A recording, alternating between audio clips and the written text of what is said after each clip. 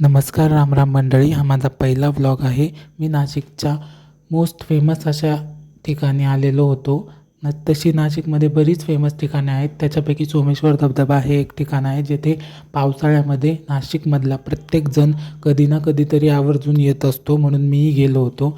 मी गेल्यानंतर सर्वात पहिले ब्रिजवर गेलो आणि ब्रिजवरून जे मला दृश्य बघायला मिळालं ते मी तुम्हाला व्हिडिओमध्ये दाखवण्याचा प्रयत्न करत आहे. बघू शकता तुम्ही, संडे असल्यामुळे इथे पर्यटकांची खूप गर्दी झालेली होती. पर्यटक प्रचंड मोठ्या प्रमाणात इथे आलेले होते.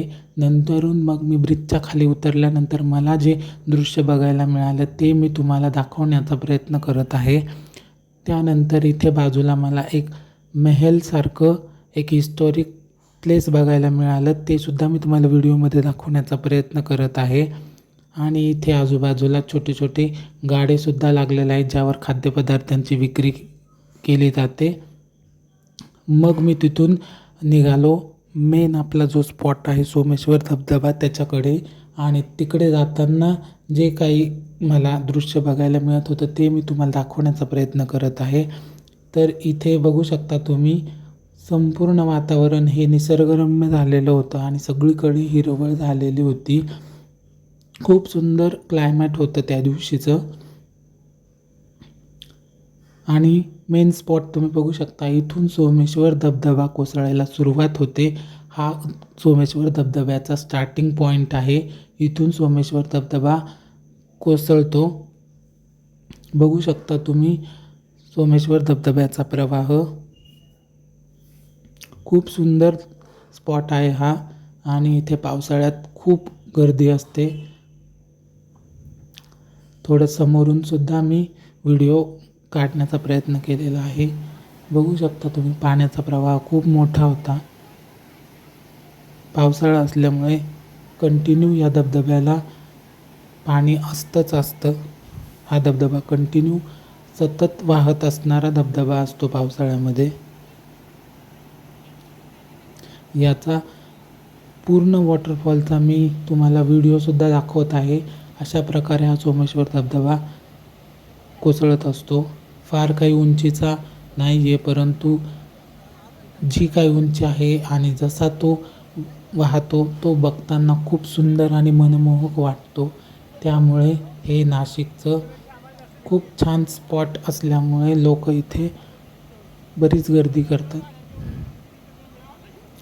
आणि धबधब्याजवळ लोक सेल्फी, फोटोज आणि व्हिडिओज काढण्यासाठी खूप येतात. बघू शकता तुम्ही हा धबधब्याचा प्रवाह. हे धबधब्याचं पाणी गोदावरीचं असल्यामुळे हा प्रवाह कंटिन्यू सुरूच असतो. पावसाळा म्हटलं की हा धबधबा कधीच बंद नसतो, हा कंटिन्यू सुरूच असतो.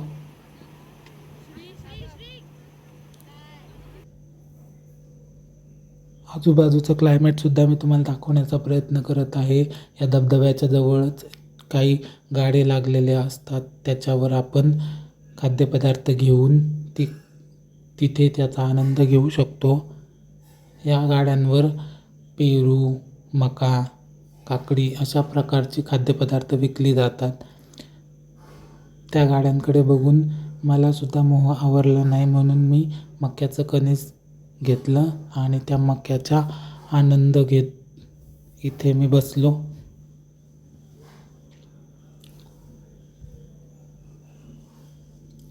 मगाशी जे मी हिस्टॉरिक प्लेस म्हणालो होतो ते हेच होतं. हे एका महलसारखं आहे.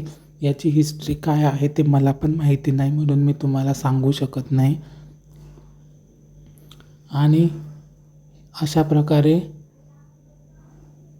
इथलं वातावरण होतं. बघू शकता तुम्ही, आजूबाजूचा पूर्ण क्लायमॅट मी तुम्हाला व्हिडिओच्या माध्यमातून दाखवण्याचा प्रयत्न करत आहे. संपूर्ण परिसर हा हिरवळ झालेला होता आणि सगळीकडे अशी ग्रीनरी पसरलेली होती. व्हिडिओ कसा वाटला हे मला कमेंटमध्ये नक्की सांगा. धन्यवाद.